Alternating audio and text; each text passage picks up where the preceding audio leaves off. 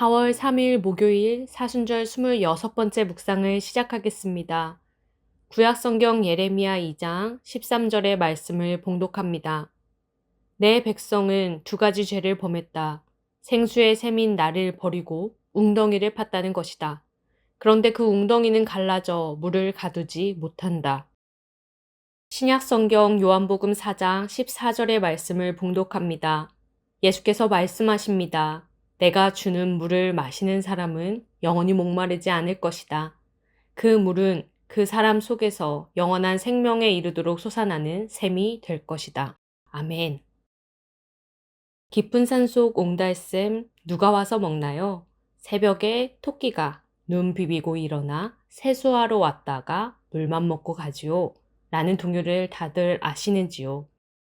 동요의 내용처럼 샘이 있는 곳에는 언제나 생명들이 찾아왔습니다. 지금에야 각각의 집에서 필요한 만큼 물을 사용할 수 있지만 상수도가 발달하기 전에는 샘이 있는 곳에 깊은 우물을 만들어 공동으로 물을 사용했습니다. 그러다 보니 자연스레 샘이 있는 곳에는 우물이 생겨났고 우물이 있는 곳은 도시의 중심이 되었습니다. 우물은 단순히 물만 기는 장소가 아니라 기쁨과 우정이 깃드는 장소가 되었습니다. 사람들은 이곳에서 육신의 목마름뿐만 아니라 영혼의 목마름도 채울 수 있었습니다. 이스라엘이 살아가던 팔레스타인 땅은 무척이나 건조한 기후를 가지고 있습니다. 1년 중 8개월은 비가 오지 않고요. 인간이 근근히 살아갈 만큼의 최소한의 비만 왔습니다. 그러다 보니 중동 지역에서 물은 다른 어떤 지역보다 더 중요한 것이었습니다. 물은 곧 생명을 상징하는 것이었죠. 창세기에서 이삭이 우물을 팔 때마다 우물을 빼앗겼던 것을 기억하시는지요?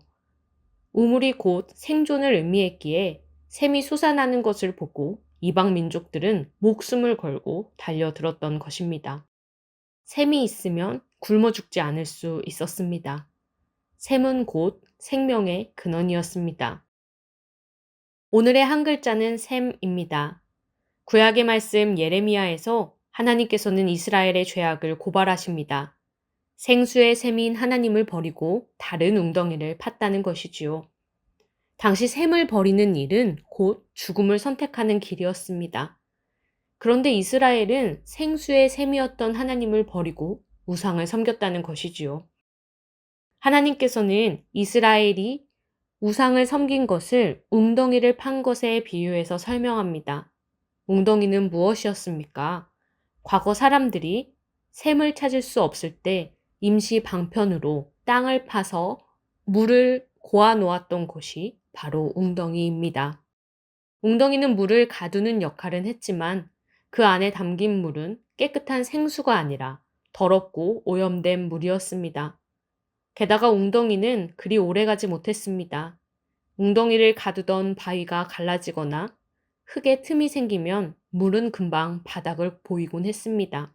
물을 가둬두지 못했습니다. 그러니 생명의 샘이 옆에 있는데 웅덩이를 파는 어리석은 사람은 아무도 없었습니다. 그런데 하나님의 백성이라 불리던 이스라엘이 그 어리석은 일을 한 것입니다.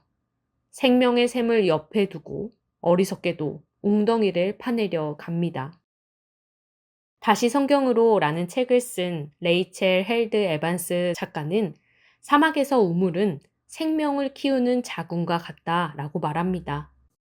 성경에서 우물가에서는요, 혼담이 성사되고 사람들이 사랑에 빠졌습니다. 하나님께서 새로운 일을 벌이시는 것을 목격할 수 있는 장소이기도 했습니다. 이렇듯 우물은 생명의 근원이기도 하면서 동시에 언제나 사건이 일어나는 장소였습니다.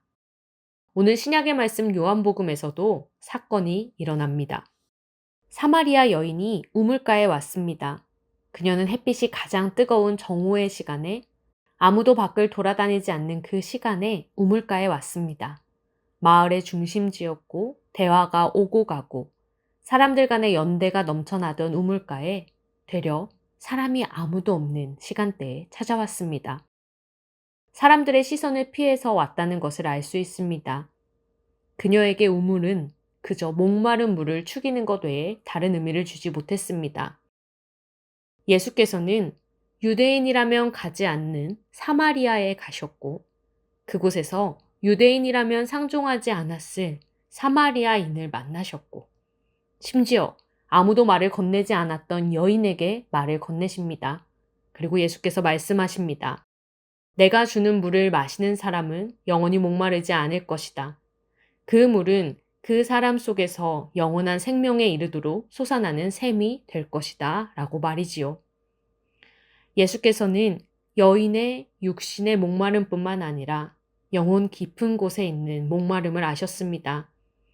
사람들의 눈을 피해 홀로 다녀야 했고 멸시와 조롱의 눈초리에 시달리며 언제나 정서적 목마름에 시달리던 그녀에게 다시는 목마르지 않는 샘물을 허락해 주셨습니다.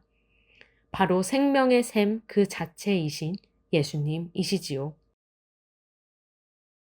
그러자 여인에게 변화가 일어났습니다. 사람의 눈을 피해 사람을 만나고 싶지 않아 아무도 없는 시간에 우물가에 왔던 이 여인은 이제 마을 한복판에 가서 사람들에게 소리칩니다. 그리스도가 우물가에서 나를 만나 주셨습니다. 영생하는 샘물을 나에게 허락해 주셨습니다. 그녀는 더 이상 목마르지 않았습니다. 우리는 영원히 목마르지 않게 우리를 가득 채워줄 생명의 샘인 예수를 두고 다른 곳을 이곳저곳 기웃거릴 때가 참 많이 있습니다. 생명의 샘이신 주님을 두고 금세 바닥이 나버릴 혹은 나에게 아픔을 안겨줄 웅덩이를 파고 그 물을 마십니다. 이내 허기지고 아프고 목이 마릅니다.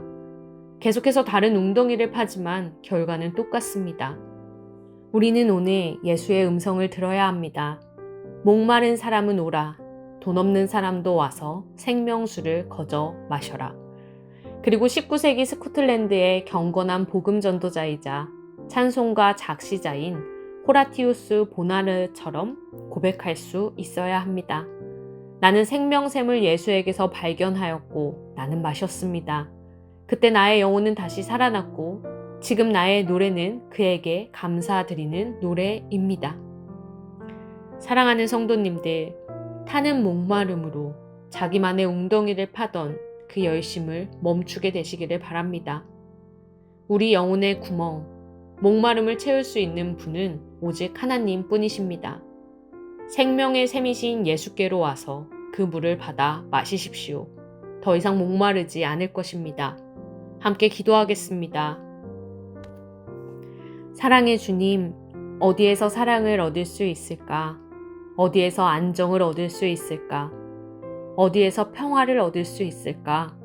어디에서 쉼을 얻을 수 있을까 하여 이곳저곳 열심히 웅덩이를 파면서 지내는 우리를 불쌍히 여겨 주시옵소서.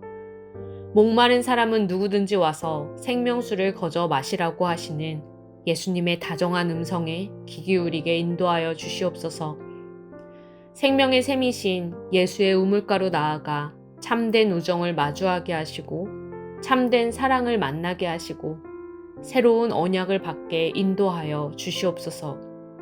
우리의 생명이 되시는 주님, 산불로 인해 폐허가 된 경남 경북 지역을 주님께서 돌보아 주시옵소서. 유가족들을 위로하시고 폐허가 된 그 땅을 재건하는 일에 우리가 동참할 수 있도록 주님 인도하여 주시옵소서. 주께서 그 땅을 굽어 살펴 주시옵소서. 우리의 생명이 되시는 예수 그리스도의 이름으로 기도드립니다. 아멘.